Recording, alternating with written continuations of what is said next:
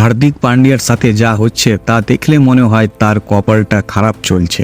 হার্দিক পান্ডিয়া তার জীবনের ঝামেলা ছেড়ে দিয়েছেন এবং যখন তিনি মাঠে যান তখন তিনি ট্রোল হন।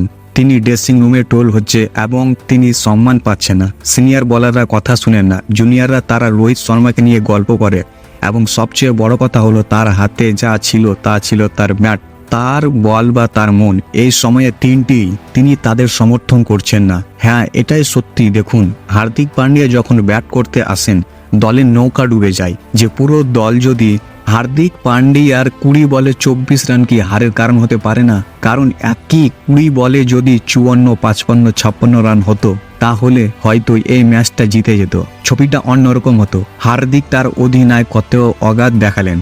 17 বছরের একটি ছেলেকে 10 ওভারের প্রথম ওভার বোলিং করানো হলো যখন স্কোর ছিল 160 এর কাছাকাছি। জসপ্রীত বুমরাহকে পাওয়ার প্লেতে শুধুমাত্র একটি ওভার বল করেছিলেন।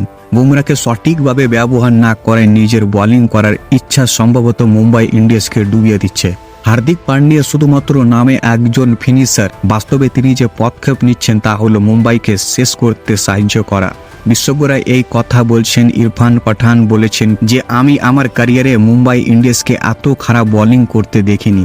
মনে হচ্ছে হার্দিক পান্ডিয়ার উপর আশা তারা যে কোনো পরিকল্পনার সাথে বলতে যা বোঝায় তা হলো যেভাবে বোলিং করছে মুম্বাই ইন্ডিয়ান্স, আমি আমার ক্যারিয়ারে মুম্বাই ইন্ডিয়ান্সের হয়ে খেলেছি, এমন বাজে বোলিং কখনো দেখিনি।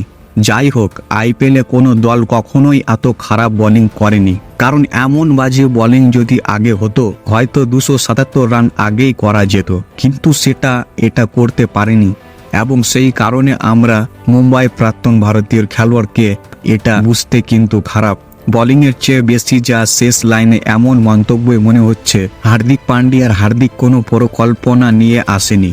পান্ডিয়া নিজস্ব কোনো পরিকল্পনা নেই, আর এই কারণে হার্দিক পান্ডিয়া দল যা শুধু সে নয়, কেভিনও সংগ্রাম করছে। আপনি যদি পিটারসনের কথাও বলেন তাহলে বলুন এই দিনে ভাই হার্দিক পান্ডিয়া ভুলে যেতে চায় যে তিনি সম্পূর্ণ অগাধ ছিলেন। তিনি অধিনায়ক হিসাবে কিছুই বোঝেন না। আমি ভাবছিলাম কি ঘটছে, আমি কখনো মুম্বাই ইন্ডিয়ান্সে এমন পারফর্ম করে পোস্ট ম্যাচ দেখলেও দেখিনি।